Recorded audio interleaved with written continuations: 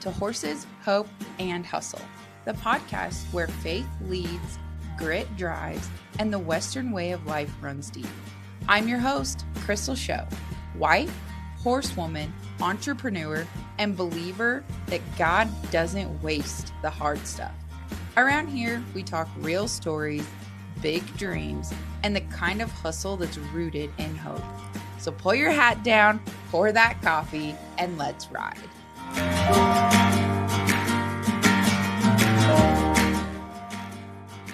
Today we're talking about growing a professional horse sale and videography business, facing burnout head on, and learning how faith can bring clarity in the middle of the hustle. Today's guest is Sami McGuire of High Call Media. If you're building something you love and trying not to lose yourself along the way, I'm sure you'll find something relatable in this episode too. Well, today, everybody, we have Sami McGuire from High Call Media. Sami, you want to go ahead and introduce yourself to people? Yeah, so Sami McGuire, I own High Call Media. I was born in South Dakota. I grew up in Minnesota, but I currently live, all over the place. This last year and a half, I was in southern Oklahoma, but I've lived, obviously now I'm in Arizona. I've lived in Texas, Oklahoma, Utah, South Dakota, you name it. I've been all over in a bunch of different places in Oklahoma. So that's me, and my business is focused on selling horses. Mostly rope and ranch horses. I don't personally own the horses that are being sold. Obviously, I'm no horse trainer by any means, but I help people take their photos and videos and do their marketing for their horses and help put them into sales and do some of that stuff. So that is how me and Crystal got connected, through her sale company. Yeah. I think, weren't we were both taking pictures for Gold Buckle. Yes. Yeah. That was it. So, yeah. I did forget. We actually didn't meet through your sale company. Yeah. We did meet through Gold Buckle first. Yeah. So, yeah. Yep. And we went and had lunch, and then just ever since then. Yeah. That was my first winter down here. Yeah. That was like my third winter maybe down here. Wow. So, yeah. But no, that one was, I did forget. We did all both take pictures. We were taking, it was like rapid fire confirmation photos. Oh my gosh, yeah. I felt so stupid. I showed up, my SD card was full, and then I didn't have a second one. I was like, oh my God. Oh no. I'm like trying to hurry and delete all these pictures. I was like, I have definitely done that. Like, how important are they? It's not that important yet. No, gone. Because I was literally only doing the sale pictures kind of as a side hustle to build the rest of everything. And they saw my picture. Somebody I don't even remember how I got that deal. But yeah, I show up. I'm like, wow, I look super professional. Well, I'm happy you got it, because I was like, I got to meet you, but another girl was supposed to get it. And there's a lot of drama around that. So yeah, no, that's another reason I love Wickenburg and entrepreneurship is the people that you meet down here. Yeah. It's so awesome. Yes. I always say that everyone in Wickenburg is so happy to be here and is kind of on vacation mode. Not that they're not still working and doing stuff, but they're just all so happy to be here, that everyone is so welcoming and excited to meet you and friendly. It's just like, we got up, we fed horses, we had coffee. We didn't start rope until 10. Like, what? Like, yeah. That's okay. It's okay. Yes. That's why I tell everyone. I'm like, Wickenburg's just its own vibe, and I don't even know how to explain it until you come live it. Yeah. Oh, for sure. And I was like, I have no idea what day of the week it is. The only day that I know is Sunday, because that's the only day I can go somewhere constantly. I was like, I don't know. So I text somebody. It was like a business text on Saturday, and I sent it, and I was like, oh my gosh, it's Saturday. I should not have sent that today. Oops. I felt so bad. I got a text from today. I'm like, I'm so sorry. So sorry to bother you on your day off. Yeah. Well, I think that's the thing around here too, is most people that come down here are either self-employed, they're entrepreneurs, or they're working somewhere in town. It's really not conventional. Mm-hmm. Most of the people down here do not work or live conventional hours. Yeah. Well, and because I moved so much, I think this is why I felt so at home in Wickenburg, is because I've always felt to an extent a little homeless, because like I said, I grew up in Minnesota, but my family's from South Dakota. When I went to college, my parents both sold the place and then moved back to South Dakota. So with that, like the home I grew up in was sold. Like I didn't even like, you know what I mean? I didn't even know my parents' houses. Like I didn't know them. I didn't have a room there or anything like that. And then I also like just like never really like found a real spot where I was like, this is it. Like this is where I'm gonna live, you know? And so I think that that's why I like Wickenburg so much, is because it's like everyone is a little homeless while they're here. We're all living in our horse trailers and our campers or renting something. It's not like there's more and more people who make this like their home base year round now. But for a lot of people, it's like we're all like so it made me feel at home because everyone was living very similar to how I lived during this time of year. So I like that. But that's awesome. How many years did you live in your living quarter? Like fully on the road? So I had the 6-foot short wall living quarters that I lived in for 2.5 years. And that one was difficult. I had like one little slot where I slept on my bed, and then I had like clothes on this side of me and clothes on this side of me because I didn't have any place to put clothing. And then my fridge in that thing was broken. The AC I had to replace the AC twice in it. And it was like a 2014 trailer, so I don't know. Anyways, bad advertisement. But I was like, why does this thing keep falling apart? But the fridge like poisoned me for a little bit because it was like leaking something. Oh my God. So like I got mad one day because no RV person would help me, and I just ripped it out myself. So that was not great. I definitely, you would think, degraded the price. I actually made money on the trailer, which I don't know how. And then I got a bigger trailer through an auction, and my dad is like competitive. Like if he sees something, he wants it. And I was like, yeah, you can spend up to like, it had all this like water damage and stuff. I was like, you can spend up to like $15,000. And he's like, I'm gonna get it. And he got it for like 19. And I was like, oh Dad, why did I let you have it? Like he just like was like, no, we're gonna win it. And I was like, stop being so competitive. So don't let my dad bid at an auction. Found that out. I was like, quit doing that. Oh my gosh.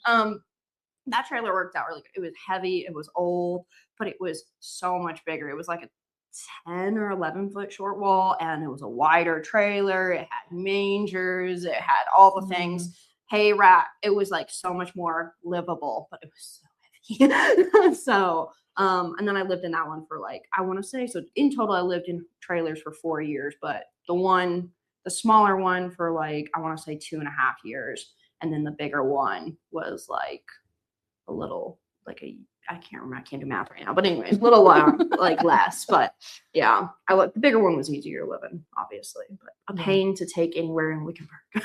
Oh, yeah. Yeah, to unhook everything and just drive it around. Because was it a 3-horse or a 4-horse? It was a 4-horse. Yeah. Yeah. And I couldn't get in. I ripped my tanks off going into Big Tree Arena like twice. And I was like, yeah, I'm not going back. Like, you know, just like everywhere on the street. And I was like, that's disgusting. Oh no. So I was like, okay, so we go to specific arenas. And then the next year I rented a little bumper pole because I was like, not doing that again. Yeah. So I don't blame you at all. Yeah. So how long have you been doing the photography work and videography, I guess? Well, so I pretty much like had a camera, or not really I have had a camera, but my mom worked at a vet clinic when I was like probably elementary, middle school age.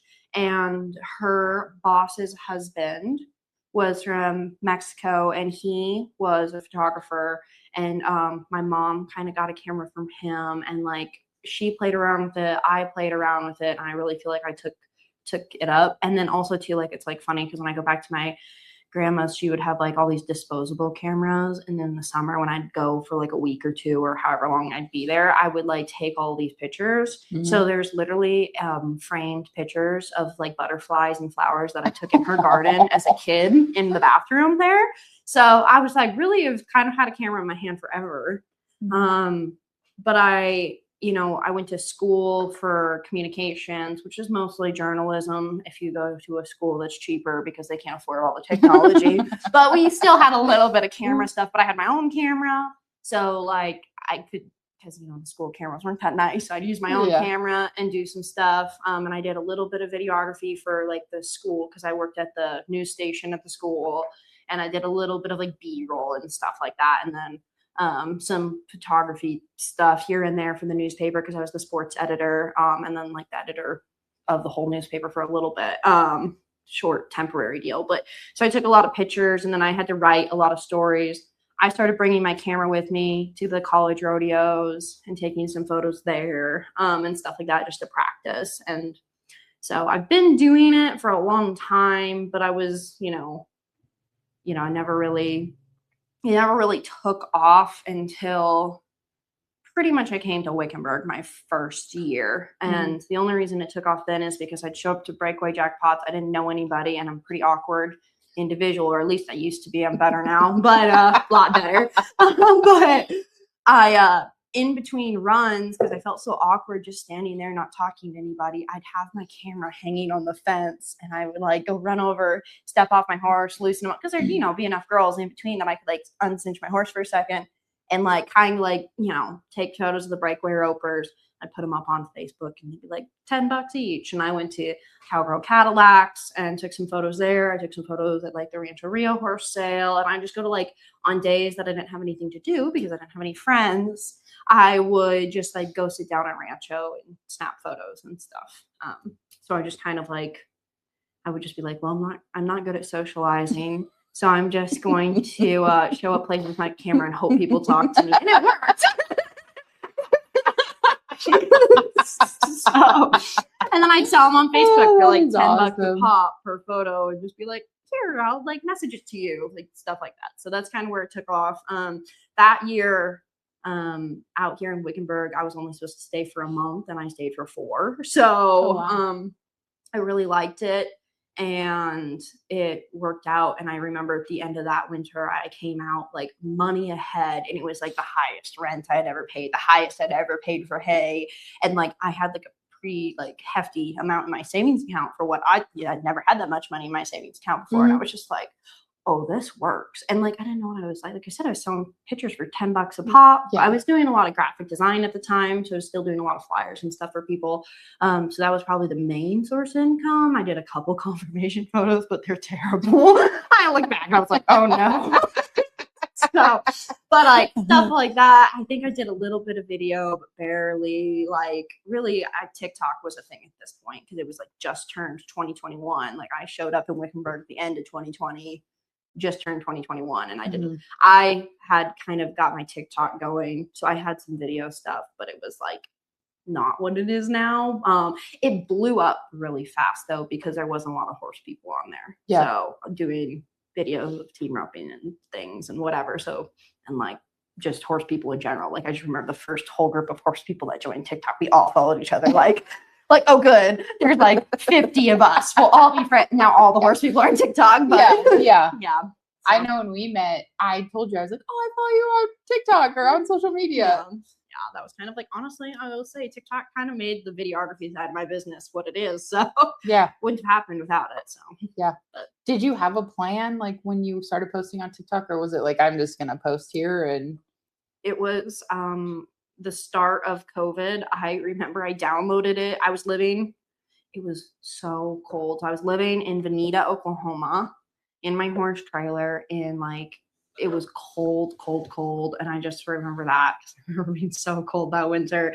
And I lived at like a vet clinic's place or whatever, because my friend was a vet tech there, and she had a house there, and I lived with my horse trailer next to her house.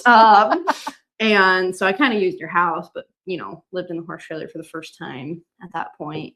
And I just was like, kind of didn't have much to do, but I also had very little expenses. So it's just like, I was like bored and I was broke, but not like spending very much. I was just like started kind of playing around with some other stuff and whatever. And that's how I kind of got onto TikTok. And I remember I scrolled it one night and it was like 4 a.m. and I laughed like until 4 a.m. It was so funny. And I was like, you know what? I should post something. And I remember I just posted like a video of me breakaway roping.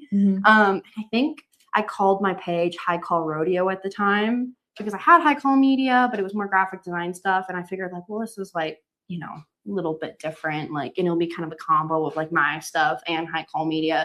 And so I called it High Call Rodeo instead. And I posted a video of me break rear open with like all like, you know, like there was like blinky lights and slow-mo, and it was like crazy. Like you know, but it blew up. Like it got like, I want to say like 8,000 likes right off the bat, like first video. gosh. And I was like, what just happened? So then I was like, okay. So then I started making like, and then I talked a lot. What really blew up the page, so many people were asking about like how to get into rodeo. And I would get on there and I talk about how to get into rodeo, things you can do to start. And then I went through, like, I made a little series called the Breakaway Roping Basics. And I went through like the basics of that. Those videos to this day still get so many hits. Like I still have so many people commenting and reacting and saving and all the things of those videos.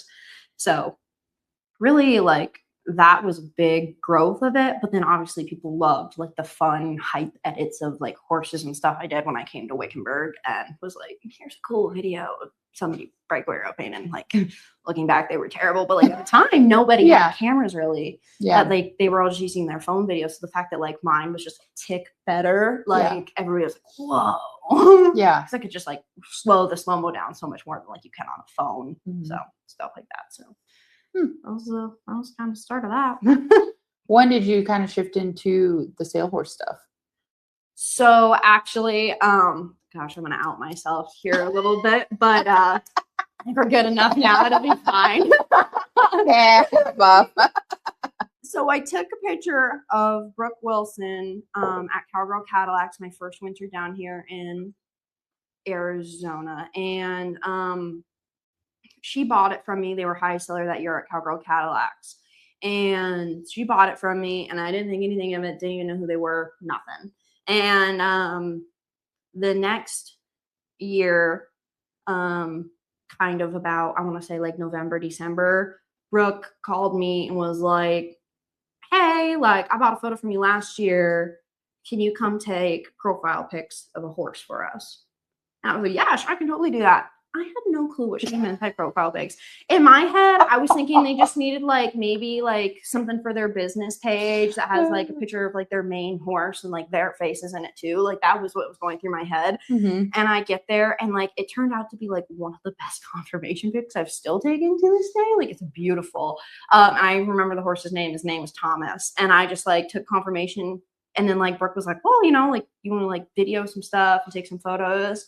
And so I stayed and they were roping. I took some photos and videos of this horse Thomas, and like I put together a whole, like I stressed over it so bad. And I like put together the sale video for her, and I like analyzed every little thing. And I like, it was my first full length. I think it was like 10 minutes. And I was like, oh my gosh. And my computer kept crashing and there were so many issues. And, but the video turned out pretty good, honestly. And I sent it to her and I used some song, and they swear in like one part of it. I think it's like Cowpoke by, and he says the F word at some part in the song, and I can't remember.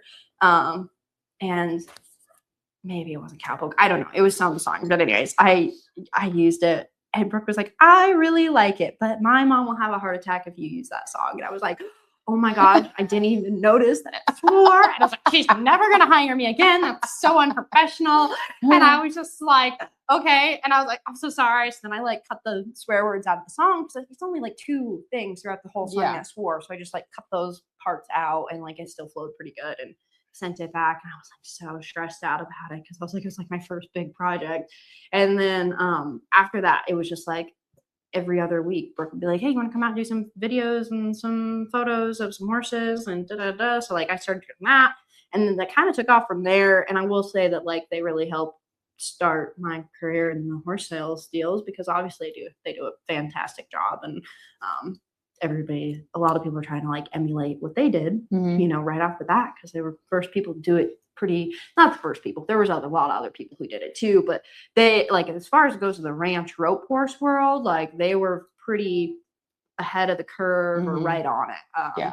So then it kind of seemed like a lot of people followed that step. So I think they really helped elevate the game, and everybody was like, oh, we want to do what they're doing. Yes. Yeah. And I was like, well, now everybody uses professional cameras, and everybody uses, you know, so yeah. So that's kind of how it is elevated quite a bit. I don't really know where the next step is in the elevation, but it's gonna have to go at some point. So yeah. But I love that it just all fell into place. Like obviously you were hustling and working hard, but sometimes that's all it takes is putting yourself out there and something comes up. Yeah. Well, and I always say too, like, because my mom has a business too. And I always tell her, it's like, it's your growth. Your growth isn't like this. I was like, your growth is kind of like you're working hard. It's like barely climbing. Like you're not getting anything accomplished. And then you kind of hit a lick. And in that lick, it's like, and then you plateau a little again. And then when you work and you try all these things and stuff doesn't work and you're like kind of figuring stuff out and then you hit a lick again and go up another level. So I would almost say it's more like steps rather than a slow, steady climb. And sometimes you're stuck on a step for a really long time, I feel like. But yeah, so I was like, I think that's a big, I don't think the growth is really like linear. And I even think that sometimes you might even take a step down and then have to go back up. So just like in general with life, not just business, but I think the business is a lot of timing. And that's obviously, I was in the right place at the right time. Like I came to Wickenburg before everybody had a professional camera. And now you look around town and it's like, if somebody puts like in search of photographer, it's like the list is like this longer probably, but yeah, which is great, but because everybody needs it now. It's not, you can't hardly sell a horse without a professional video now. So with that, like you need more photographers, more videographers. So well, and everybody has their own perspective, their own touch in editing. Nobody does the exact same work too. So so they don't, which is good. I tell people, I said, you really ought to like lean into what your thing is and be creative. And like I did that workshop here last week and I told people, I said, this is where I would shoot from, but take that and adjust it to what works for you. I was like, because like you have to be creative on your own. I can tell you where the head horse looks good from my perspective, but I changed it up based on the head horse too. So like this head horse might look good from this perspective, but not this one. So whatever. So I was like, and like when you go out and do like desert shots or like those horses that like you don't have like a performance thing, but they're more of like kind of a trail horse. Like you really need to be creative and get doing some different stuff. And like, that's just you and your brain. So like, what do you think looks cool? Like as art at that point, not a science, where the team roping can be a little bit of both, but the performance horse stuff. So but yeah. How did that clinic go? Did you have a lot of people come? Did you fill it? Well, yeah, I did fill it. I had one person who couldn't make it day of, but otherwise it went really well. So I limited it to 5 people because I just knew I was going to have, like, there's going to be moments where I was going to get sucked into helping like one person with something on their camera. And I'm like, and if you have like 10 people and you do that, you're probably going to miss somebody throughout the day helping them. So it's like 5 is about my limit. And then it covered all my costs and everything. Well, then with 5 people, just fine, unless I have to start renting more stuff or whatever. And then I might have to up prices or up the amount of people. But it worked out really well. Had a lot of really like 4 cool girls who did a lot of, they already had, worked in the industry. And some of them were a little newer to it. Some of them have worked in kind of some different niches, like the cattle markets or doing like the live stream stuff, which is a whole different thing. And I suck at live stream stuff and I am working on getting better at it. But there's that stuff. And then, so it was kind of a dreary day. My friend Haley helped me. We used her horses. So we weren't doing the team roping stuff, but I explained the team roping stuff because that's what a lot of people wanted to know about. But she has, like, we started confirmation photos and then we did some riding stuff in the arena. And like, I was just like, here's some different things. Here's the settings to have on your cameras, whatever. Went out to the desert, got some fun stuff, broke for lunch, came to the library here in town. And then we went through editing. And I kind of went over all the basics, and a lot of people asked really great questions because everybody was kind of on a little different level. So, I told everybody, so I'm just going to brain dump everything I know on you and then ask questions as we go. So that's how it went. And I haven't asked for feedback yet on it. But from what it seems like at the clinic or the workshop, it seemed like everybody enjoyed it. So Yeah. I hope everybody did. Yeah. So well, I've already seen, was it last night? Yesterday? I think it was yesterday. I'm obviously from Wyoming. I spent tons of time in Montana, blah, blah. There was a gal I know that came to your clinic.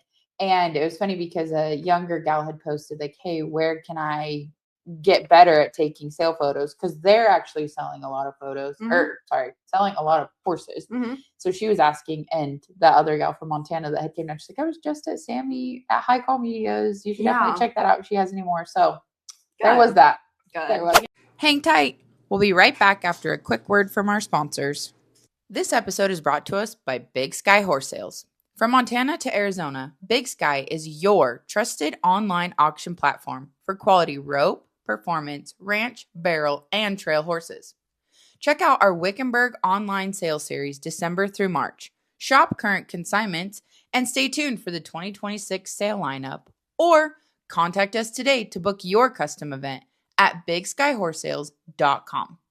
Big Sky Horse Sales, built on trust, backed by quality. Yeah, well, good. That's always good. They recommend you. They must have liked it. Yeah, word of mouth is the best reference. Yeah, for sure. So yeah, no, that was kind of how that went. It was good, and I enjoyed it. And the reason I did it, which I told them too, I was like, I have so many people ask me for advice, and I was like, I'm a sucky texter, and they will Instagram message me typically, and they ask for advice, and I send this big long thing, and it's so time consuming and draining, and I used to respond to everybody, but now it's just to the point where I'm like, I don't have time to respond. And then it's like, or I'll respond once and then they'll have some more questions, and it's like I gotta send another big long thing, and then I'll be like, okay, I'll respond when I have time, and then it just, I don't have time. So I'm just like, okay, I need some like ways. So I have like a little bit of like a consulting type of deal where it gives you like on my website, you can pay, and there's downloads a PDF. You have to read through the whole PDF. And at the bottom of it has like my contact info for you to schedule a date for a phone call with me. And we'll talk over whatever you want to. So I've been recommending that to people. When they do message me, because I'm like, then it's a phone call. Yeah. And then I answer all the basics questions, like what I use, what the settings are, some stuff like that in like a PDF. So it's all like, here you go.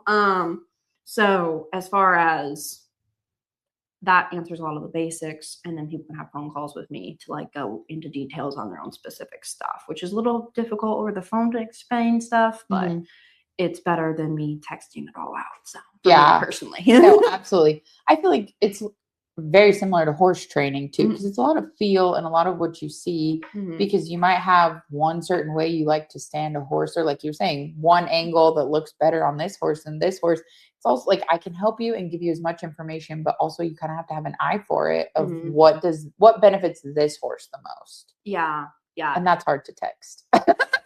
Yes. Yeah. And leaning into that too, like it is really hard because everybody's eye is different. Like I've tried to kind of hire some help with, High Call Media, and the girls have all been really great, but I struggle because their eye is different than mine. So like, it's not my work. And then I'm just like tweaking it. And I'm like, that's not, you hired it to like have somebody else help you. Like, leave it alone. So, but did you just experiment to get your, I don't know what the technical term is, your vibe, like as far as your settings and everything? Did you just play with it and you're like, this is what I like? Or did you go take classes and stuff to learn that? I did not take classes. I just experimented. I will say, I do think, looking back, I wish I would have done some stuff like that. And I still am kind of like thinking on the idea. Like, I think I could, there's some obvious things that I know I can get better at that would help me with the videography side for sure. I would maybe consider, I would like to actually go with a sports videographer and go work with them outside of the horse world, because I understand the horses. you know, Yeah. I get that. I understand that. I want to go work with somebody who works in like dark indoors and gets like fast action shots. And I want to go work with somebody who does that stuff. So I'm not a sports person, but like I love sports edits. So that's where I'm kind of like, I really think I should go maybe consider finding a sports videographer, photographer, and be like, here, can you take me under your wing for a little bit? So I would like to do that still. Like there's still room to grow, obviously. Yeah. There's always room to grow. So I do think that, but otherwise I just experimented, and I always tell people, I say, it's really easy in the beginning because people expect very little of you when you're just starting out. So just like be kind of crazy and creative. Like, and I was like, there's two reasons why I didn't want to sit where all the other photographers were. And the first one is because I'm socially awkward. And the second one was because I was like, well, then aren't we all going to get the same shot? Which I've come to realize that's not the case. Like, you know, as I've like grown, like you can sit where everybody else is and get a completely different edit or a completely different whatever out of it. They could be zoomed in more than you, they could be whatever. So like you can all sit on top of each other. There can be 5 people all sitting there and they're going to get 5 different things. So that's totally okay. But at the time I didn't, like when I first started, I was like, I don't want to sit there. I'm going to get the same thing as everybody else. I want to try to get something different. So I pretty much like, I mean, if you ask anybody the first couple times, first jobs I had videography and photography, I like ran around the arena. Like I'd like, here one shot, here one shot, here one shot, here one shot, here one shot, here one shot, here one shot, here one shot. Yeah. And I would just like constantly move. Like I never sat in one spot and was like here, which like now I don't do that because I like kind of move a little bit until I find the spot where the horse looks the best. And then I might move a little bit at the end to get some like different types of angles. But essentially I find where the horse looks best and video from there. So I was like, I definitely, that's kind of how I found like some different fun angles, because I was just like, well, I never would have chose to sit here, but this is where I have to sit because I don't want to go sit on the other. That's because I'm such an antisocial weirdo. I was just scared, honestly. And so I just like, you know, whatever. But there was that. And then that worked out really well for me. As far as the editing goes, I feel like my editing has just slowly evolved over time. Like, I will say with the job I had at Noble Research Institute for the last year and a half, I worked with some really, really professional, great photographers and videographers that are like very professionally trained in what they do versus like me, who's just like, ooh, dang it, let's figure it out. So they helped me a lot because they were like, well, there's this, like, you're doing that thing, but here's the easier way to do it. Like, and showed me some like shortcuts to some stuff. And then they like explained some stuff. I will say, like, since working there, I've gotten like braver with my settings on some things, which has actually helped a lot of like richness and color come out in my photos and videos. So that's cool. And just like learned a lot of technical stuff that like I would have not learned on my own, because I'm not somebody who's like, oh, I don't know how to do this, let me watch a YouTube video. I'm just like, I'll just keep trying it, it'll work. But having somebody tell me it, I pick it up fine. It's just like, I can't watch a YouTube video and pick it up, it's not gonna work. So me either. But yeah, me either. So we really push quality photos, quality content sells horses. And last year you had a huge year at even just the Rancho Rio sale. Do you remember those stats off the top of your head? I want to say it was somewhere in the $700,000 range for all the horses, which was not my goal. I had like 15 horses, I want to say, in the sale. I feel like the number should have been higher. I did have a full-time job and I was flying back and forth from Arizona. I think I was lacking just a little bit. Like I was overwhelmed and overworked to an like a pretty more than I ever have been. And really like pushing myself to the limits in not a healthy way. And I will say, I think it showed in my work. And it has had some like even aftermath of showing in my work. Like I've just like had a little burnout and things. So there's that. But the year before was also in the $700,000 range. And I had, I want to say I had like 9 or 10 horses that year. So I think I had like 5 more horses the next year and hit about the same amount of money on total sales that I helped accomplish. My goal for last year was to hit $1 million. And and I did not. So, but not terribly far off, but I really thought we would easily get there with having 5 more horses than I had the previous year. So, and yeah, so there's that. But I will say that it's pretty obvious that the videos and the photos work a lot. And, you know, there's a lot to having a consistent presence too. Because like I can take photos and videos for you one time and we can post all about it around Rancho, but unless you're kind of posting year round, like you're just, it's kind of difficult for me to come in at this last second because your algorithm isn't used to putting out a lot of content for you. So I will say that that's pretty important if you are selling horses. Even if you're only selling horses at Rancho, you got to talk about stuff and put stuff on your social media consistently. So, but yeah. Going back, because I think this is very relatable on the subject of burnout. Because you and I touched very, very lightly about this the first time I saw you at church at Rancho. I could relate very much because I hit it. I crashed out so hard the end of October. So it is very real. Yes.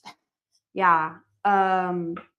So I took the job at Noble and I was a social media manager full time, needed to be in the office, all the things, whatever. Well, I don't know if anybody's worked in corporate, but when you work in corporate, you have really busy, but then it's like every single day, you're not really doing a whole lot. So I felt really like I'd be sitting there twiddling my thumbs some days where I'd like get all my stuff done by noon because it's like the afternoon, like I don't have anything to do but a couple meetings. I'd be twiddling my thumbs, just going nuts because I'm like, I have stuff to do for High Call Media, but I can't do it because I'm sitting here in an office for another job. And then I would sit at that desk all day and then I'd go home and I would open up my laptop and then sit at my home desk until like midnight and still not get all my work done. And like I felt like throughout the day I was just sitting there like, oh my gosh, I have so much to do and I can't do it right now. So it kind of like drove me a little crazy. And then it just was like, I mean, I will say it killed a lot of like creativity for me because it was just like I just need to get it done. Like it just has to get done because there's deadlines and there's this, because I do like the sales because I need a deadline. Without a deadline, I'm really like, I have to have deadlines. That's just how I am. So if people are like, just get it done whenever, I need deadlines. Whenever might be a long ways away. Yeah. So I am like, you know, I definitely struggled with the sitting in that office and then going home and sitting longer and then still not ever having my work done. Like I never felt like I was working hard enough, even though I was literally working from like 8 a.m. until midnight every day. And then when I was flying back and forth to Arizona last year, it's just like I was like missing out on so many things and turning away work because I'm like having to give it up to other people. And I just like felt like it was like draining me and killing me to an extent. And then like this fall, even I was like driving or flying someplace like from the end of August until like the beginning of December, I pretty much went somewhere every week for at least 2 days of the week. So I used all my PTO days, obviously. And I got to the point where I was out of PTO days and I started turning away work.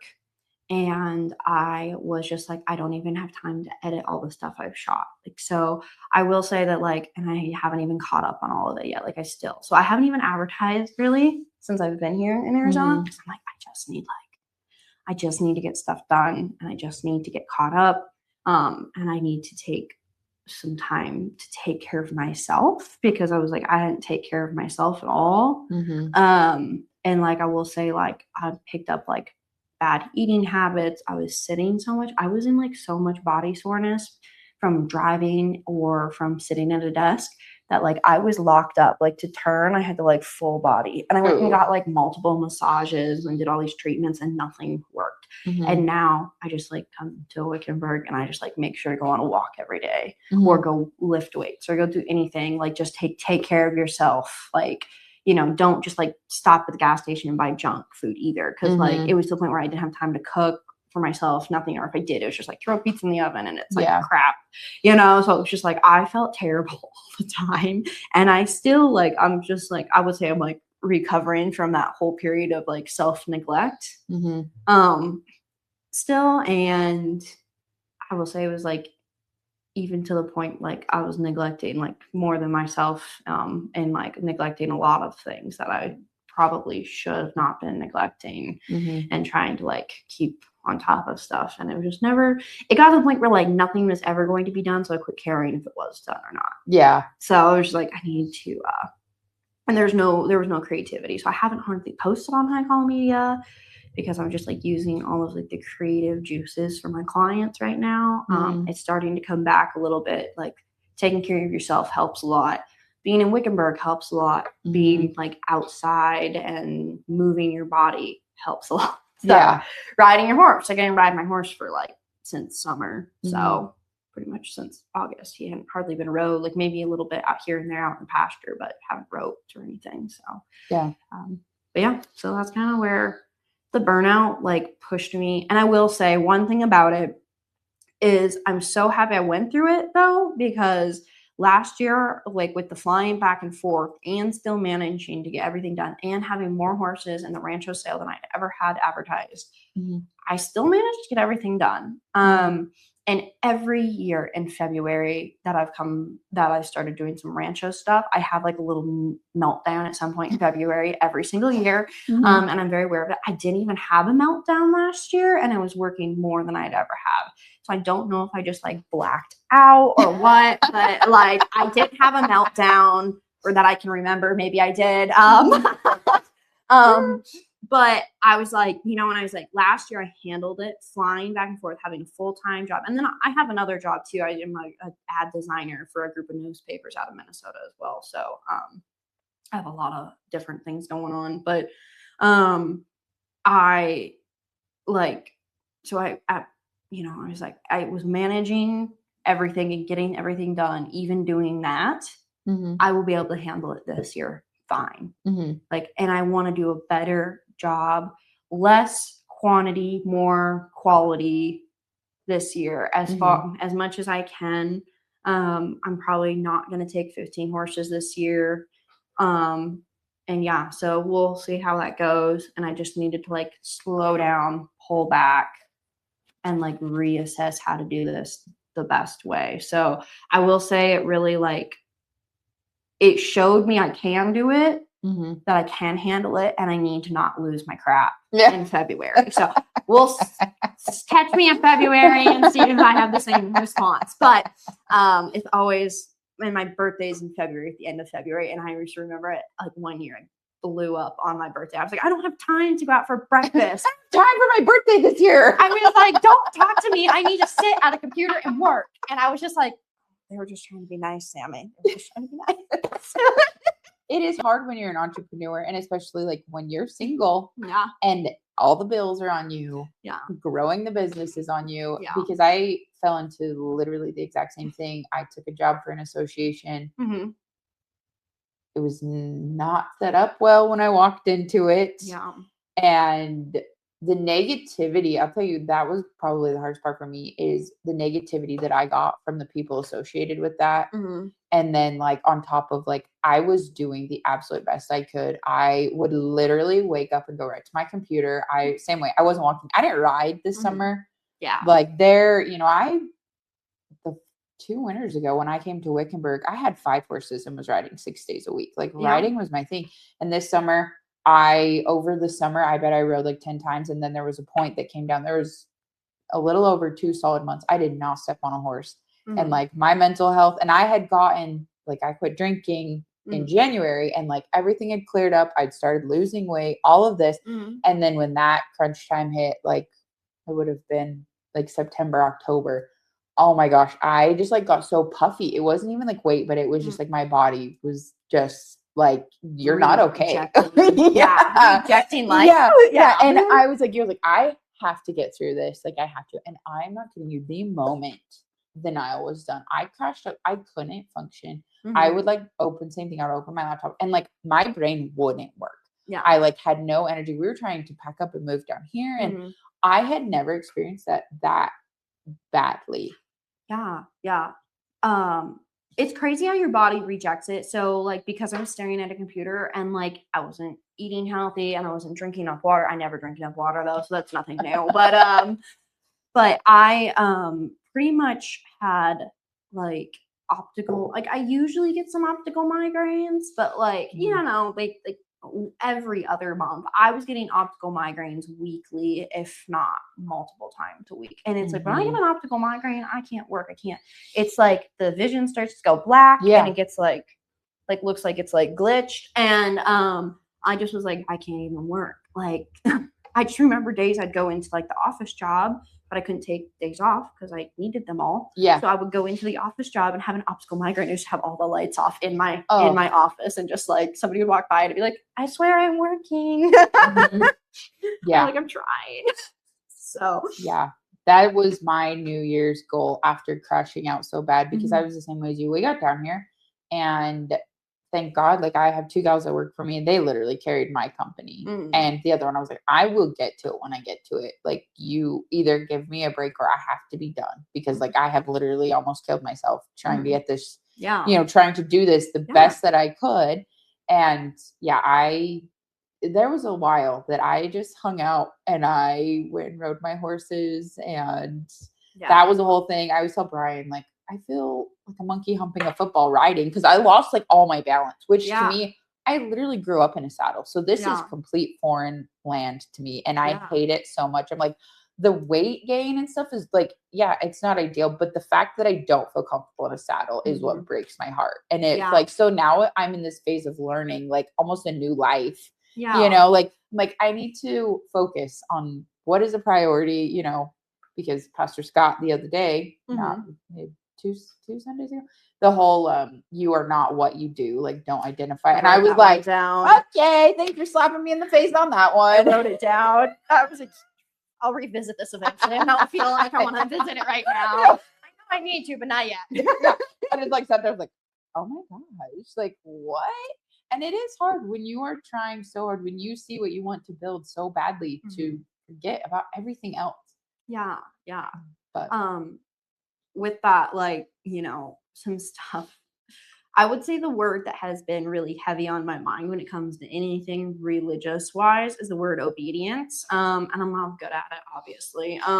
But the one thing, and I'm like, I will say, like, the body is a temple type of thing. And I'm like, he literally tells you to take care of it. And that's like a thing of obedience. And it almost feels like the way I burn myself out sometimes is also a sin. And then like that you are not what you do type of thing. Like you are an individual person. Yes. Not the business, not the this, whatever. And I think that all ties into it.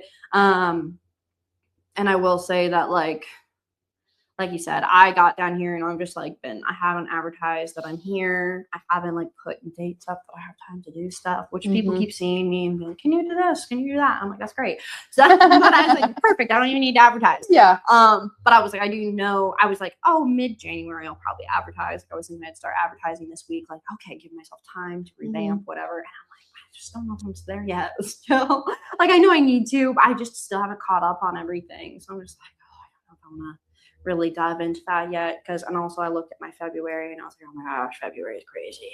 So but I did force myself to enter Art of the Cowgirl in the breakaway roping, because I've always wanted to. My horse is green. I have not been roping, and I'm just like, I'm gonna enter it because that's $500 online. I'll work on it then. I'll force myself. So I entered that. Before I even got to Wiggenburg, I entered it like the day entries open. I was like, just do it. You're going to be there. Just do it. So that's awesome. And I'm like, that's kind of like me forcing myself to do something for me. A little bit.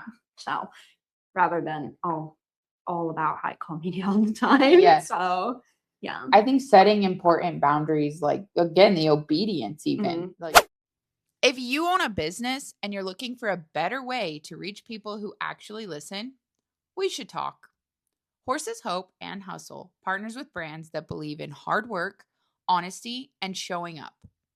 Let your business be heard by our listeners through authentic, story-driven sponsorships.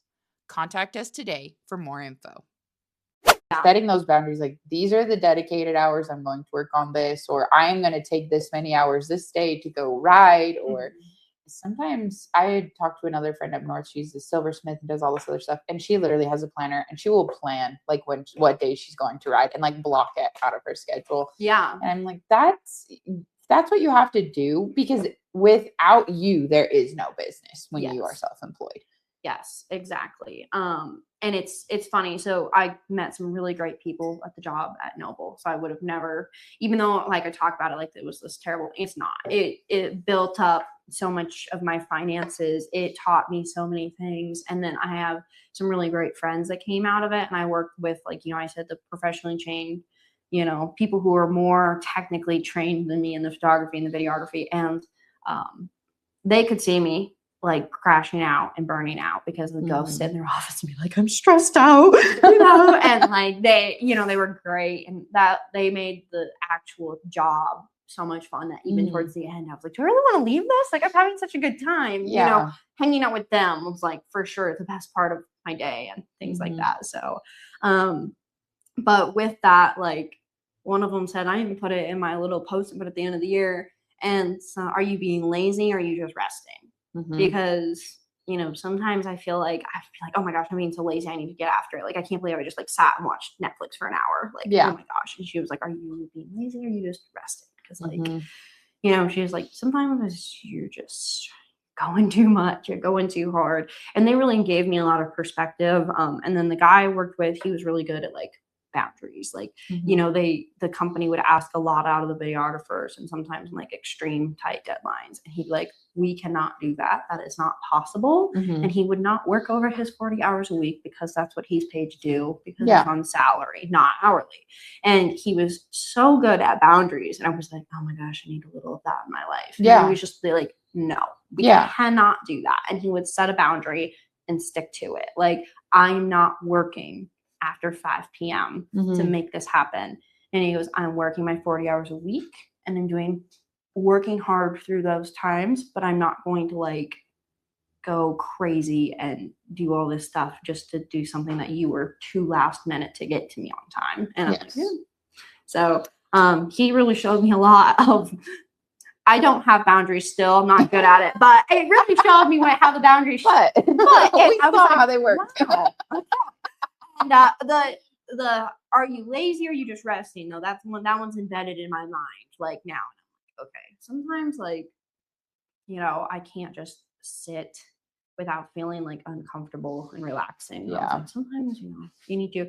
And then I had another friend say the words on the thing of obedience. Because I wasn't praying or going to church and stuff like that. And she's like, how can you listen to God if you aren't even talking to him? And I'm like, okay. So then I started praying, but it was just like, I was like rapid fire, like listen to all this stuff. And I got to thinking on that and I was like, okay, like now I'm talking to him, but am I even listening? Because it's just like I rapid fire it off, get up, get doing stuff again. And then like, I'm a person that has like music on. I have an audiobook on. I have something on throughout the day, all day long, unless I'm editing videos because I have to listen to music, obviously, of the edit. But otherwise, editing photos, anything, something's on in the background. And I was like, I don't sit in silence ever. And we were like, okay. Or like, I'm scrolling on social media and I'm like constantly distracting myself from like my own thoughts or like maybe some like voices from God, like. So I was like, I need to like maybe let the silence happen a little bit, because I was like, I'm still talking at God. He's not talking back to me, but it's like, I haven't even given him the chance to, because I'm just like never in silence. Like, so like, I need to get better about that. I still haven't done a great job. These are all like new year, new me type of things that I've kind of like come with realizations and stuff. So and that's like a big one on the obedience. Like, how do you even know what God wants out of you if you aren't even talking to him, or if you're not even listening to him? I had another friend who told me that, and I was like, dang, write that one down too. I love how a friend and I were talking about this, because I was like, oh my gosh, at church the other day, and I always, like, when Brian and I get back in the car, we'll like talk. Okay, like what hit you the most at church? Because we'll be sitting right next to each other and get totally different messages or highlights, you know. And I told her, I was like, yeah. She's like, isn't it funny how every time you go to church, you hear exactly what you need to? And I'm like, yeah, it is. Yes, that is totally a thing. I was going through like a super rough period of life, like when I was younger or whatever, and there was a church I'd go to, and I'd literally show up like, I'm not gonna lie, I would show up like having been out all night the night before, still in the clothes I was wearing the night before, probably smelled like booze, maybe cigarettes from being at the bar, whatever, and I would show up to the church, and then pastor would hug me every time I walked through the doors, and it'd about make me tear up every time because I was just going through a terrible time in life. And I just swear he'd just be like, I know exactly what she needs today. And I'm like, there's no way he knows, but he knows. Yeah. I'm like, oh my gosh, stop talking to me right now. Because I'd be like crying in church, like bawling. And I was just like, I'm so embarrassed. Yeah. Wouldn't, because I also am like a big believer in like, you know, vulnerable, being open and real. And like, that's why I'm like, you know, tell people the world the things because it's real. Like, it's absolutely. Yeah. So big on authenticity on that. So yeah, I went through that several times. Yeah. I went through that several times in my single era. I remember I was actually camped out in Forepaugh and it had been rainy and business was slow and it's lonely. Yeah. It's lonely. Yes. And oh my gosh. Well, just life. Like when you're doing it by yourself, it's even when you're doing the right thing, what you're called to, like it gets lonely sometimes. And there was one weekend, I mean, I was not well. Same thing. I had drank till I was blacked out. Like I journal. I love to write. And so like I journal so much. Some of my journals looking back are the saddest thing I've ever read in my life. And I'm like, oh my God, but I don't like to reread my old journals. I'm like, no. I don't get it very often because like where I move around so much, they're boxed up and in random places anymore. But I remember specifically like journaling that night and I just was like, why? Why am I doing this? Why am I putting myself through this? Like this is stupid. It's lonely. Like, oh my gosh, I didn't want to go to church the next morning. I was hungover. I thought I was going to puke. I was unwell. And one of my fantastic friends, they text me, we're saving you a seat. And I was like, oh my God. Fine. So I like drove, and I don't even remember the drive because I was so in my head, so just like mad and all the things. And like you just get there. And to me too, it's community. Yeah. Everybody there has been a sinner. Nobody's there they're just there to love God and be there and try their best, try to be better. Yeah.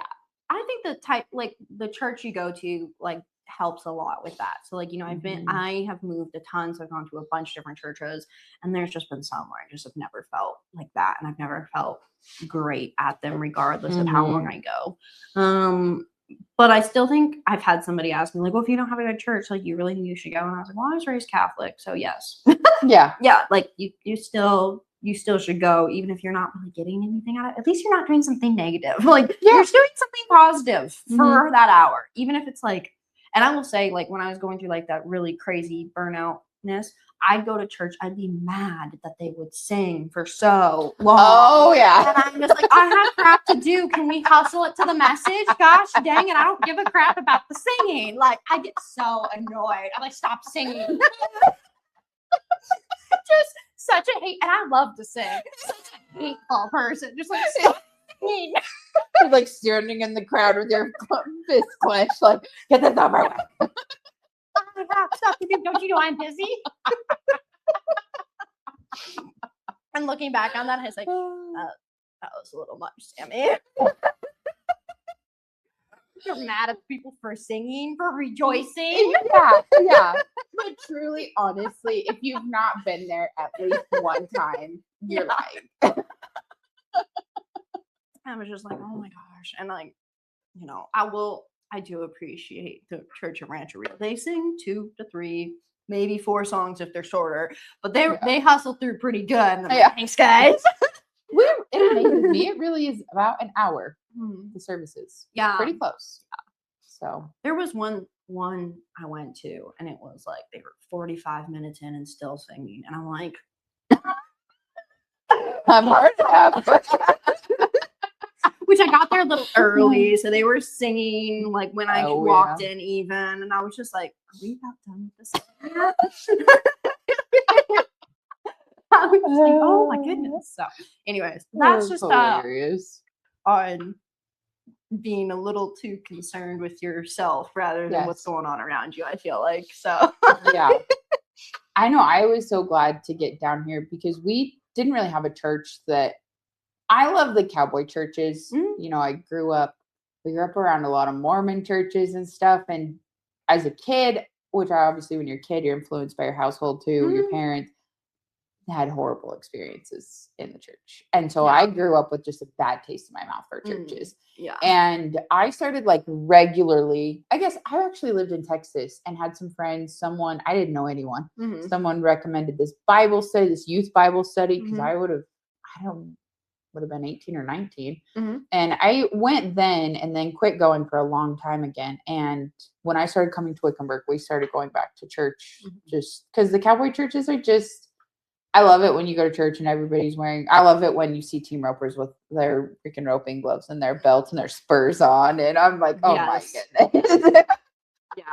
But you know, everybody just comes as they are. You see some people just show up in like, you know, baseball caps and their hair in a ponytail. And like everybody just comes as they are. And I really love Church at Rancho Rio. Me too. I'm a big fan of it. So I haven't even gone very much because it had just started the last year I was like actually in Arizona. And then last year I didn't come because I was flying back and forth. So it's like on Sundays I had stuff booked. Like, you know what I mean? Like I was like every day that because I'd fly in for a week. And for that week, I would be booked every day, twice a day, whatever I could do possibly. I really like Rancho a lot. The church I was going to in Ardmore is a cowboy church too, and they do a good job. I didn't go consistently enough, I think, was more of the issue than anything. I just think I never really connected with it, but also, like I said, I didn't go consistently. So I think they were doing a lot of series, and I just like would jump in the middle of like a random series and be so confused on what's happening. Like, and be like, what, where are we at? What did we talk about last week? I don't know. So stuff like that. So anyways, no, I think having a church home is important. And I also like Wickenburg a lot for that reason, because it's like when I go, I see all my clients. Most of my clients are there, and I'm like, it's such a good place to see them in a non-work way. Where we can just like, I can like see them as a human being, and they can see me as a human being. Like, you know, not like, you know, not seeing them as their business and them not seeing me as my business being. Not your business, but who you are. So, absolutely. Yeah. We were at roping practice last week, and I was there taking some pictures.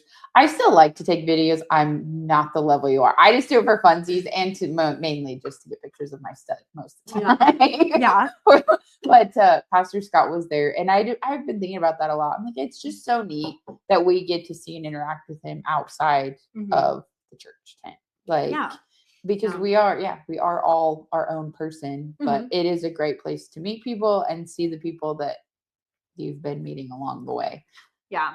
Well, and I always tell people, I was like, well, this is why I'm terrified to go on a date in Wickenburg, because like you can't go anywhere without running into people. So it's like, even like if it's a first date, it's always awkward. You're like, well, this is like our first date, so it's weird. But I'm like, you're constantly like, you can't go anywhere without running into like 10 people you know. You can't go to the gas station without running into somebody you know. And you know, it's crazy because there's so many people here, because it's like, I mean, obviously the town like triples in size or maybe more during the winter, but it's so crazy because it's like you just can't go anywhere in this town without running into people, you know. And we talked about at the beginning, like Wickenburg's so great because you meet people and they're friendly and they want to talk to you. So it's like, like some places, you know, you see people you know, but you don't really like talk to them. If you run into somebody at the gas station, you're talking to them, you know, like in Wickenburg, which is great. And like I said, I never had the hometown feel, because when we lived in northern Minnesota, we lived out 30 minutes to an hour from anything really. So we didn't have that hometown vibe necessarily. So I've never had that till Wickenburg, and I do like it. It's completely foreign to me, but I enjoy it. Yeah. Can't go anywhere without running into people everywhere you go. Yeah, no. I love to, I run into people that I didn't even know were down here that I know from up north. I'm like, what are you doing here? Oh my gosh. I'll be at roping sometimes and I'll hear a name and I'm like, did I high school rodeo with them? That name sounds familiar.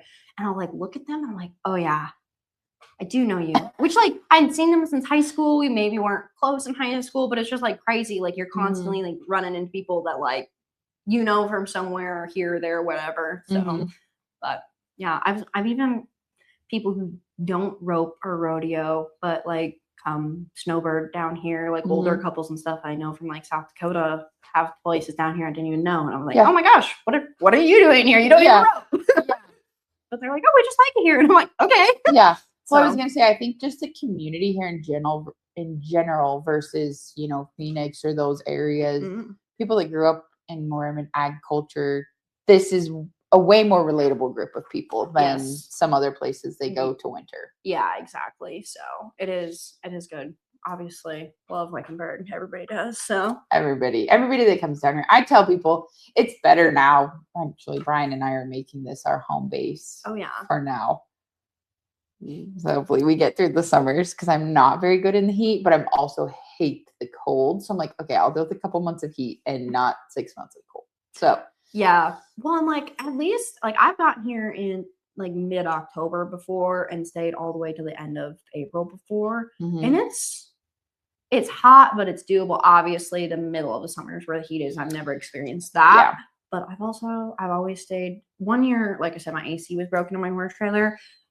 I stayed in my horse trailer in Texas that summer and I had no AC. And I mean, I just pretty much cooked all summer long. Yeah. But so I was like, I think I could handle the heat here in Arizona. So I've thought about it because like looking at buying places, but also I do have to be in Texas throughout the other points of the year just because of like my business and like my clients and stuff. So I'm like, you know, it does make sense to go back over there where I could buy a property there.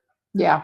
Instead of buying a property here, because buying a property here costs you, you know, your arm, your leg, your kidney, maybe eyeball or something. I don't know. But firstborn child or something. I don't know. Yeah. But it's not cheap here. Yeah. So I'm like, you can get a really good property in Texas or Oklahoma for a quarter of the price that you can get the same property here for and have grass. Yeah. So not just dirt and sand. So I'm like, I think I'll look at buying something there. And another issue is like in Wickenburg, because, you know, like living out of a horse trailer or a camper or whatever, Wickenburg's set up for you to live like that. Not all places are. Not very many places are. Yeah. It's like not a ton of people have all the whole hookups and all the things. So it's like, honestly, it'd be better to have a place like a house somewhere else and then come live in a camper for the months that you're here. And I'm never in the camper when I'm here, hardly. I'm outside all day. Yeah. So most of the day, unless I'm on my computer, which even then sometimes I sit outside. So yeah. So what are some of your upcoming goals for yourself and business and all the things? I don't really have any goals right now. I've never been a big goal setter. Last year was the first time I ever set a goal. So the company I worked for, they were big on helping ranchers be more profitable in their business and helping them set goals and like having like a direction rather than just like, this is how we've always done it, you know? So like talking with them a lot encouraged me to make a goal for one of the people who was a teacher there, encouraged me to make a goal for my business, you know? So it was a really great company in a lot of ways. I know I've said some things, but you know, I don't want to talk bad about it because there was good and bad to it, you know. But he really encouraged me to set a goal last year, and I didn't hit it. But I've never been a big goal setter. A big goal person. I just am like, I'm gonna get up every day and like work my hardest, and where the cards lay, they go, whatever.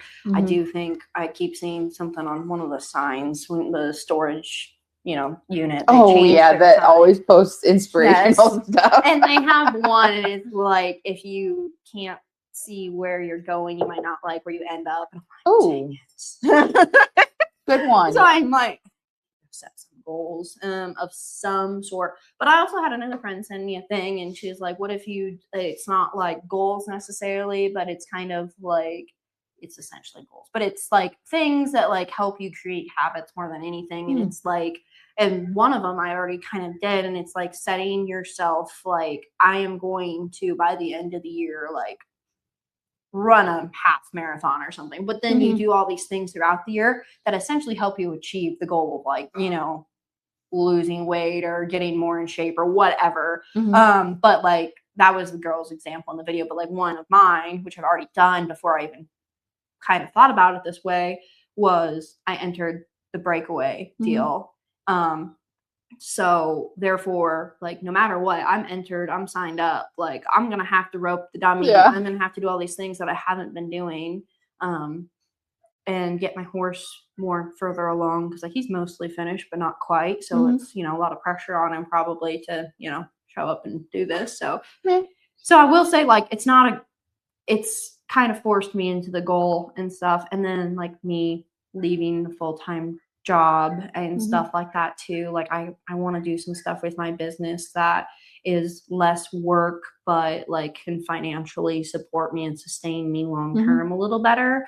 So I'm trying to like change my prices and stuff. And I wouldn't say like really there's any like specific goals. It's just kind of like, I'm just going to try some stuff and see what works and what sticks, and then what doesn't, and move on from there. But like, really, I guess like the goal would be to like be financially stable without having to work myself to death. So, yes. But I think I like that mentality too, of being okay with works or what stays and being okay with what doesn't. Because when you are experimenting in a business, you can't look at something that didn't work as, oh, a failure. This, like, no, it just didn't work. Like, so we'll just shift. Yeah. And I'm big on like adaptability. Would always be like when I did all my internships and stuff through college, like that was a repeating word in everything that I did, is like, she's really adaptable. She adapts all the things. And I'm like, I really do. Like I started off in writing and graphic design and went to photos and then went to videos. And like, I've always been able to kind of adapt. And we talked about leveling up, and I'm just trying to think of like where the next steps are to level up what I'm doing to put it up on the next level and bring it to a better, make it better. And that's kind of where I'm like, you know, I really do think I should set myself up a time to go work with like a sports videographer. And I think actually Arizona would probably be the place to do it, considering there's a lot of sports here. So I've heard, I don't know, I'm not a sports person. Like, I don't know. But I was like, that's kind of some stuff that like, I do think I should, you know, if I set things up, like actual like dates of this is what I'm doing on this date, I will work to make it happen. But it's like, I don't have like a goals per se. I don't call them goals. But that's fair. So anyway, cool. Well, I ask everybody 2 questions at the end of the podcast. Usually. Sometimes I forget. What has been the biggest struggle staying on path? I mean, we kind of touch base on burnout and stuff, but been your biggest struggle in continuing to build and grow what you have in mind? One thing that like will creep into my mind a lot is how saturated the market is of videographers and photographers. And I'm like, you know, anybody can click a button. You know what I mean? Like, it's not a terribly high thing to try and get into right off the bat. Like, you know, and there's like, obviously doing it more, you get better, but it's like the camera itself is not terribly expensive either, and stuff like that. So it's like, I always say everybody's a photographer and everybody's a horse trainer these days.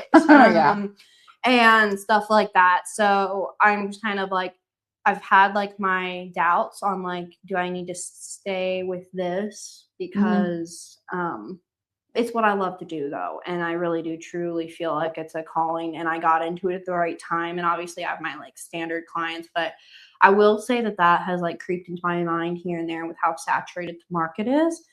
But also, like I said before, I'm very aware with how many horses there are. Like I said, everybody's a horse trainer. So now all these horse trainers need photos and videos of every single horse. And so many people are doing this that there can't just be one photographer and videographer in Wickenburg. We would never, like, if there was like, even if there was only 5 of us, it would never, like, we'd all be like so slammed. It would be chaos. Nobody would get in, nobody would get stuff done, like whatever. The prices would be crazy high because of the demand. So I'm like, with that, I really do think that there's room for everybody in the industry in their own specific niches and everything, and what they do and what their specific eye and skills and all that is. So I will say that sometimes I get a little disheartened there. Otherwise, I will say, just like I said, I set myself up a good financial like bubble working the job that I had for the last year and a half. So I feel very safe of coming, but I have big goals, and I know that that amount of money isn't enough to accomplish those goals still. So it is a lot of like money driven ideas on how do I make sure that I'm continuing to make enough money to like not always have to live in my horse trailer. Maybe one day live in a house would be great. And stuff like that. So I'm just like, and then too, like there's like just like some equipment and stuff that I'm like, you know, as far as like camera gear and things, that I'm like, oh, it'd be so cool.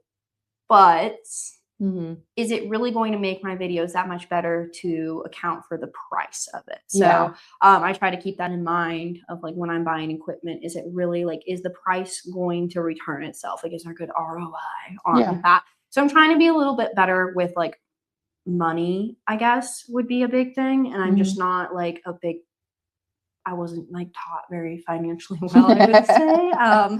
And like my dad's always had a steady job and stuff like that. So like I just like kind of like that was the path he kind of directed me in. And I will say, before I had the job at Noble, I did have like a freelance social media gig that I worked all the way from like, I think I started that in like 2018 or 2019. I worked that till November of like 2023. And then I tried to go for a year without having that extra income. And I went into so much debt trying to like build High Call Media up. And I have like really busy seasons and then slow seasons. And so like during the busy season, I'd be like, I'm good. And then the slow season would hit and I'd be like, it's fine. It'll come back. And then it would send me into a panic at a point. And that's why I took that job, because I went into a panic, essentially freaked out. I didn't need to. I literally took it right when my business was starting, like, because by the time I got through the interview process and everything, the time that I got that job finally was right when my business started picking back up again. And I was like, what have I done? So I kind of just like, you know, financially, like always just a little aware that I'm not super mindful of money. And, you know, because I know money comes, money goes. I also know I'm a really good hard worker and I'm very employable. So that makes me a little careless with my money sometimes. And it's like, no, okay, you need to like, because even though I'm employable and whatever, and I'm able to make sure I can always feed myself, I can always feed my horses. I have very little responsibilities as far as like, you know, monthly payments and stuff that I need to make. So, but I was like, I really need to build up a certain amount of capital to have cash to do the things I want with my business, and where I can see it scaling to at a certain point in my life. So to keep with that, I need to, you know, keep in mind the bigger goal rather than like the monthly goal of paying my rent and feeding myself and feeding my horses. So I would say that's like kind of a big hiccup for me personally, is like money. And I just, I even had the girls in the workshop ask, like, how do you set your prices? I'm like, don't take financial advice from me. This is not a finance course. I was like, I set my prices when I first started and they have not really changed. So I was like, this is the first year I've ever changed my pricing. I haven't even announced it yet. So I'm like, I need to do that. It's on the website, but I haven't told anyone yet. I was like, So, but yeah. So I was like, and I had, like I said, I put it in that post on social media, but like the stranger on the plane pretty much just was like, you're dumb. You're not setting your prices high enough. You're going to fail. And I was like, thank you for that. And I needed that. Like my friends say it, but they say it nicely. So needed that little boost. Thank you. So if a stranger can see it, it doesn't even know me, then yeah, okay. Yeah. So anyways, Yeah. that was kind of a roundabout way of answering the question, but there you go. There you go. Lots of info. What, on that same note, what has been your biggest reward? My biggest reward of the business is, I will say that when I'm at the sales and a horse that I've been videoing for a really long time, even if it's only been like a year or 6 months or whatever, but I've gotten to know the horse, I know the owners of the horse, whatever. When they're in the sale ring and I can hear the bids start to go up and up and up and up, I get like I would call it like a contact high almost, because it's like, obviously, like, I'm not making this money that the horse is selling for or anything. Yeah. But it kind of like gets me like this, oh my gosh, all the work is paid off. People saw the videos, they saw the photos. I showcased this horse well.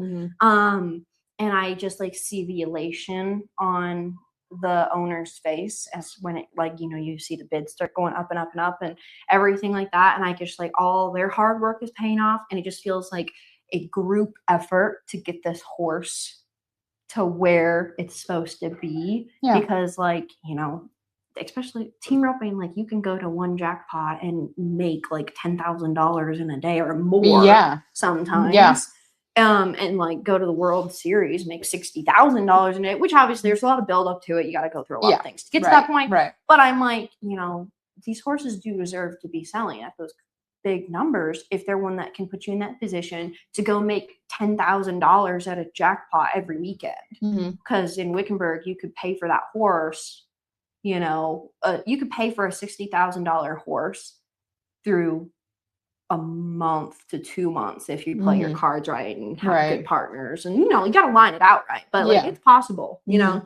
And I really do think that, like, those horses that can make you that money and are really good and can handle backing in the corner and doing it over and over and over again deserve to be sold at that high price.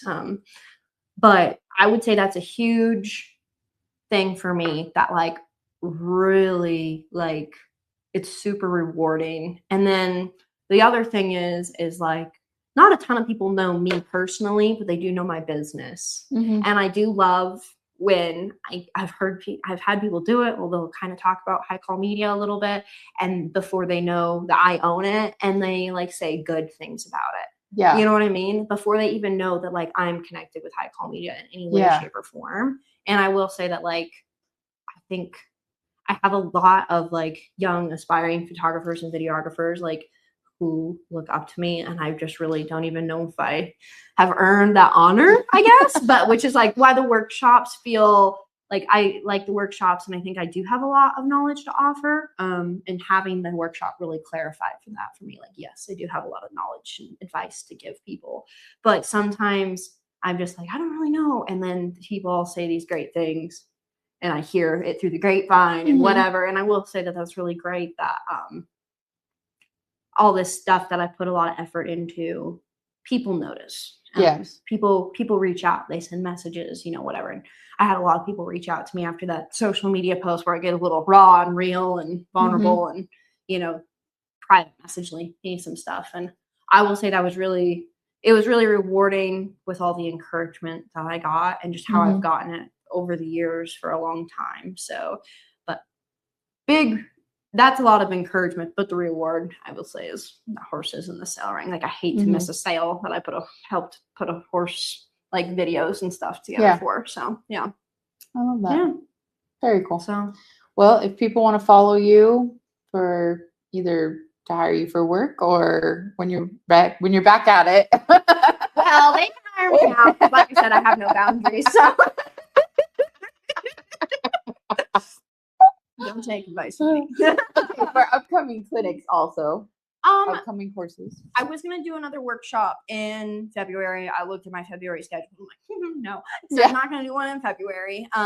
There we go. Set a boundaries. I was going to say boundaries. Yeah. So I think I will. I'm going to set a clinic or a workshop probably in March. And then maybe one at the beginning of April is kind of my game plan, like beginning of, well, maybe not beginning of March, maybe after Rancho so mid-March. And then one at the beginning of April if there's still enough interest in it. And then I had some people ask about some in Texas. So we'll see if I can get that worked out, make that happen. Find me on social media, High Call Media, or you can even follow my personal page. I don't share a ton on it. You'll just see High Call Media stuff reshared a lot. So that's always a thing. But I do share a little bit of my own personal, like, roping stuff, or like, now that I'm back to working out. I used to post a lot about my working out stuff, but I quit doing that because I quit working out. Now I'm working out again. So like, I'm sure once I feel more confident in that again, I might post some of that stuff again. But that's kind of, you can find me, Sami McGuire or High Call Media.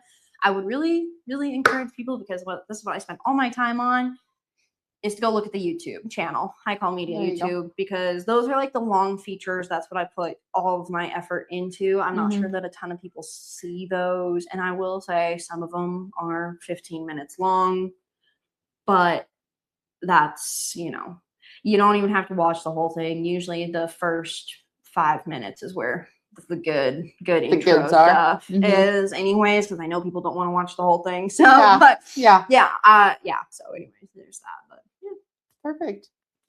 Okay. Awesome. Well, thanks for joining me today. I appreciate it.